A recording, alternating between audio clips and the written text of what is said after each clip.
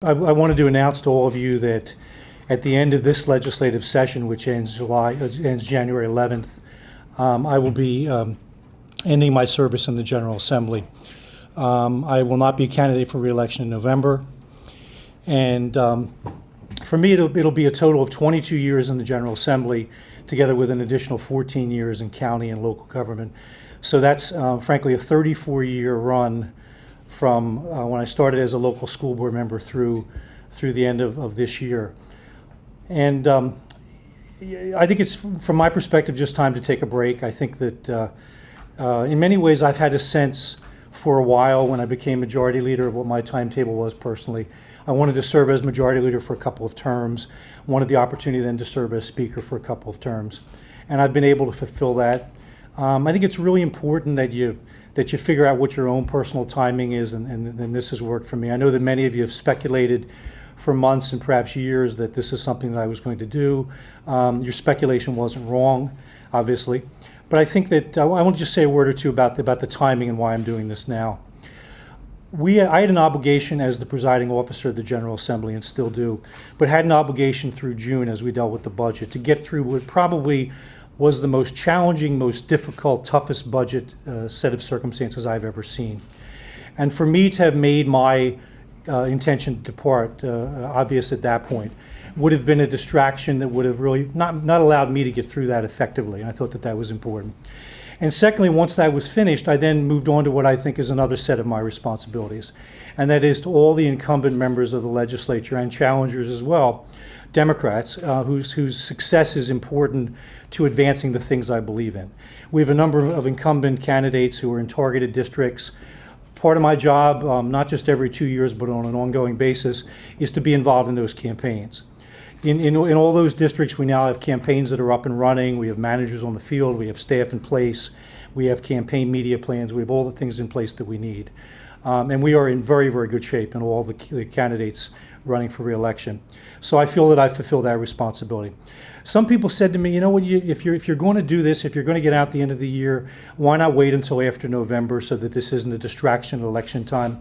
The challenge for me is that in addition to being kind of a state political leader and the presiding officer of the General Assembly, I also represent a district. And in November, the people in the 5th District are going to vote for somebody. And if I had my name on the ballot on November 3rd and stood for re-election and then said to them a week later, guess what, I've had a plan all along and I've changed my mind, that would have been disingenuous, and they deserve better than that. So I thought this was an appropriate time to sort of pull the trigger on this so that the county committee people and others in my district can find a successor who can then be involved and engaged in the kind of campaign that the people in my district deserve. So that's a sense of sort of the timing. You know, this is one of the greatest jobs in the world. It's extraordinary. Not every day is a great day, but there's a lot of. I generally see you guys on the not so great days, but there are a lot of really great days. And when I think of some of the things that I've been able to do, whether it be fighting for property tax relief, regionalization, shared services, school reform, developing the new county school superintendents that I think are going to be real instruments of change, I'm pleased with all that, and I think we've made some decisions that really put us on a good path to tackling some tough issues. Secondly, I've enjoyed taking on some of the tough kind of, you know, if you will, orphan issues that no one wants to tackle. AIDS and HIV by virtue of the needle exchange program, affordable housing, which has always been an interesting issue in New Jersey and remains one. And I think most recently, one of the things I'm proudest of is the work I've been able to do on the issue of autism. I think some of you were at the bill signing, and it's been a while since I had a day that was more moving to me. When you looked at these terrific kids and the fact that there now is going to be a lifeline for them to get the health care they need. So that meant a great deal to me, and I think that was a very, very special day.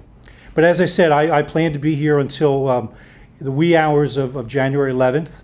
When the new legislature is sworn in on January 12th, I'll be sleeping in. But I've already extended to all my colleagues my very best wishes. You obviously would have one question, which is, what am I going to do next? The answer is, I don't have a clue. And that happens to be the honest answer.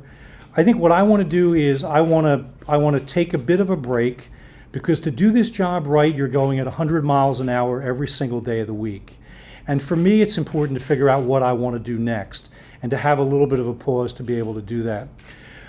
I would not for a minute turn my back on the policy issues that I care about, that have really driven why I've been here in the first place, some of the things I mentioned and some other issues. Nor would I work as hard as I've worked together with some tremendously talented people in the legislature only to say, see you later, I'm out of here. We have a great group of people and a real sense of collegiality, frankly, both among Democrats and Republicans. And the opportunity to continue working with those folks in some capacity is something that will mean a great deal to me, and it's very, very important.